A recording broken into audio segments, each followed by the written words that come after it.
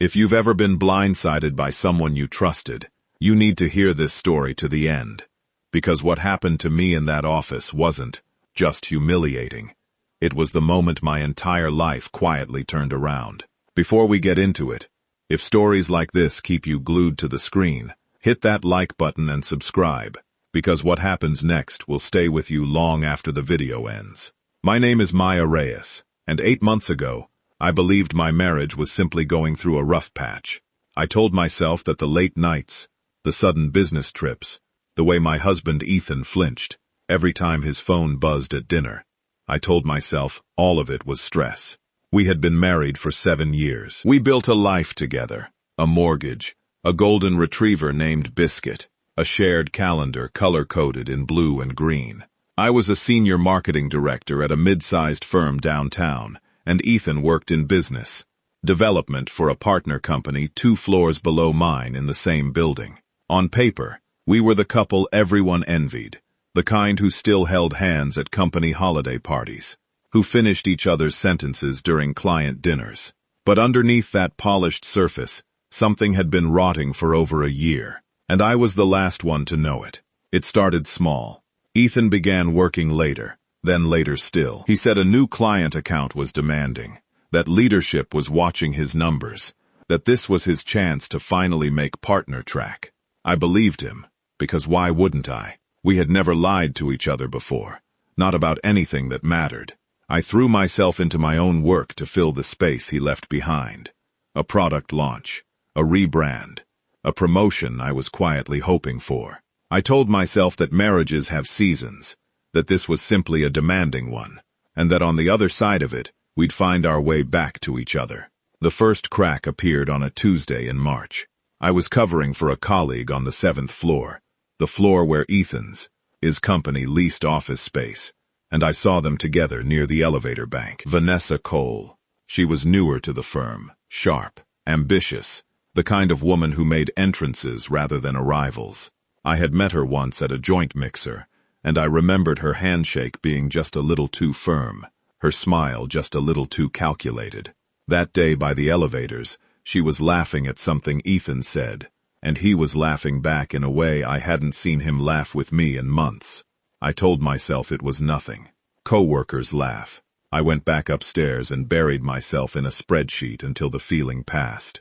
It didn't pass. Small things began accumulating the way sediment does at the bottom of a glass, invisible until, suddenly the water is cloudy, and you can't remember when it changed. Ethan started taking calls in the garage instead of the living room.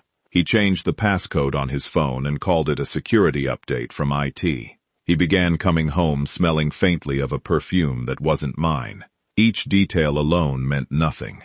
Together, they told a story I didn't want to read.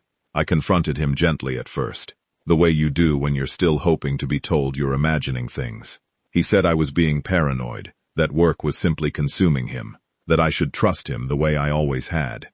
And because trust had never failed me before, I chose to believe him again. Looking back now, I understand that the hardest lies to detect are the ones wrapped in 7 years of history. The truth arrived the way truth often does, not gently, but as a landslide. I discovered a string of messages on a tablet we shared for streaming shows. An account he'd forgotten was still logged in. The messages were between Ethan and Vanessa, spanning nearly a year. They weren't just professional. They were intimate, tender, full of inside jokes and plans for a future that did not include me. And buried near the bottom of the thread, dated 6 weeks earlier, was a message that stopped my heart entirely. Vanessa was pregnant. Ethan's response had been 3 words. "We'll figure it out." I did not confront him that night. I sat on our bathroom floor with my back against the cold tile, and I let myself feel every version of the pain. Betrayal, grief, humiliation, rage, before I let myself think clearly again. And when I finally did think clearly, I made a decision that would define everything that followed. I would not fall apart in front of him. I would gather everything I needed, quietly, methodically, the same way I approached every campaign I had ever built at work. I saved the messages. I documented dates. I spoke to a lawyer. I began, piece by piece, building the case for my own life back.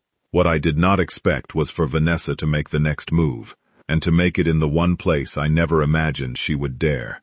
My workplace. It happened on a Thursday morning, during a scheduled joint department meeting between our two companies. The kind of meeting where senior staff from both floors gathered in the largest, glass-walled conference room to review a shared client account.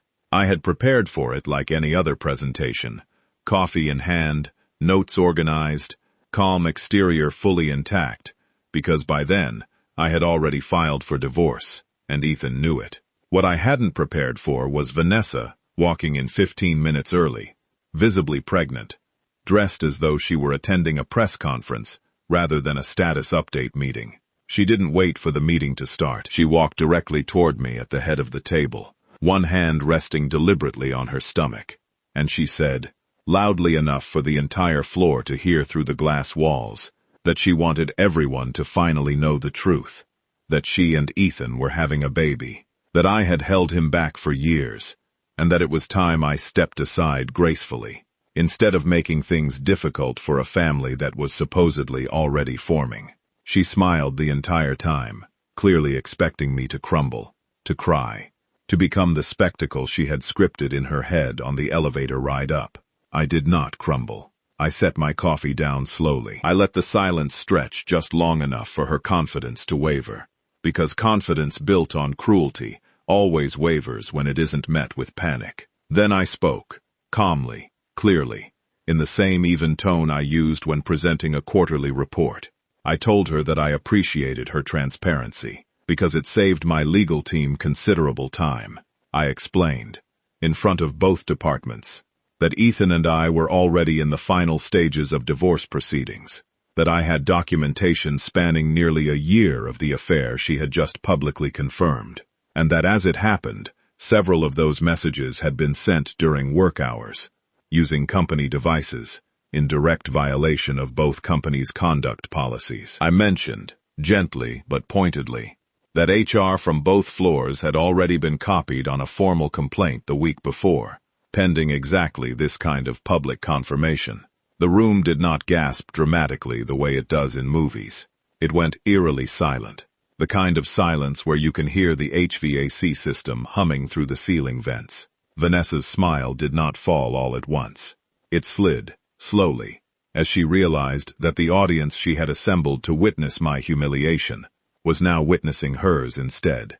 My director, seated 3 chairs down, quietly closed his laptop. Vanessa's own manager, standing near the door, had gone visibly pale.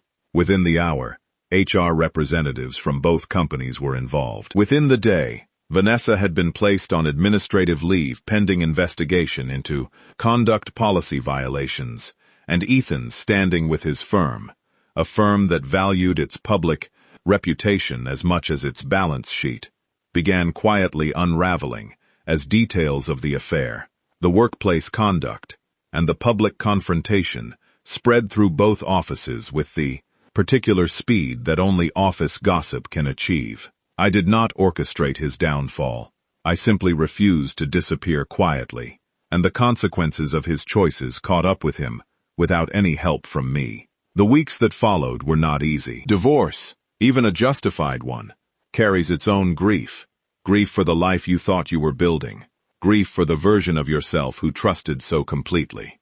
I cried more in the following month than I had in the previous 7 years combined. But I also noticed something shifting inside me that I hadn't expected. Relief. The relief of no longer performing a marriage that had already ended in every way that mattered. The relief of not flinching every time a phone buzzed. The relief of finally being honest with myself. My company, rather than distancing itself from the fallout, did the opposite. Leadership had watched me handle an extraordinarily public, personal humiliation with composure and professionalism in front of 2 entire departments. And 3 months later, I was offered the newly created position of Senior Director of Strategy, a role with a seat at the leadership table I had quietly wanted for years. Vanessa, meanwhile, resigned from her position before the investigation concluded. Ethan moved out of state not long after, and the last I heard, he was navigating co-parenting arrangements far from the life we once shared. I won't pretend this story ends with me feeling nothing but triumph, because real healing is rarely that simple. There are still quiet evenings when the house feels too still, when Biscuit rests his head on my knee as if he understands something I haven't said out loud. But I've learned something in the months since that conference room went silent. Humiliation only works on people who believe they have something left to lose in front of an audience. The moment I stopped needing anyone's approval to know my own worth, nothing anyone said in a room full of strangers could break me. If there is one thing I want you to take from my story, it's this. The people who try to humiliate you in public are almost always more afraid than you are. They need an audience because they don't trust their own version of events to survive without one. You don't need an audience. You need the truth, a little patience, and the quiet confidence that comes from knowing exactly who you are, even when someone else is trying to convince a room full of people otherwise. I'm not the same woman who sat on that bathroom floor 8 months ago. I'm steadier now, sharper, and far less interested in being anyone's quiet victim. If my story resonated with you even a little, let me know in the comments where you're watching from. And if you haven't already, subscribe, because there are more stories like this one still to come, and I have a feeling you'll want to be here for them.